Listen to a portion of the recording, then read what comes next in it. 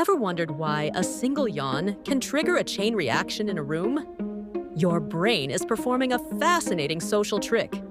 This phenomenon, known as contagious yawning, is linked to your brain's mirror neurons. These special cells activate when you observe an action, helping you understand and even feel what others are experiencing.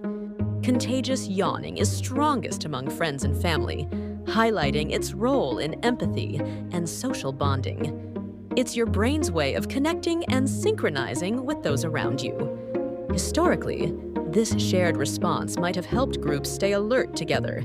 If one person grew tired, the collective yawn could re-energize the entire community.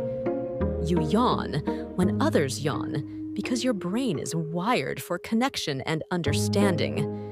It's a powerful, subconscious display of social intelligence.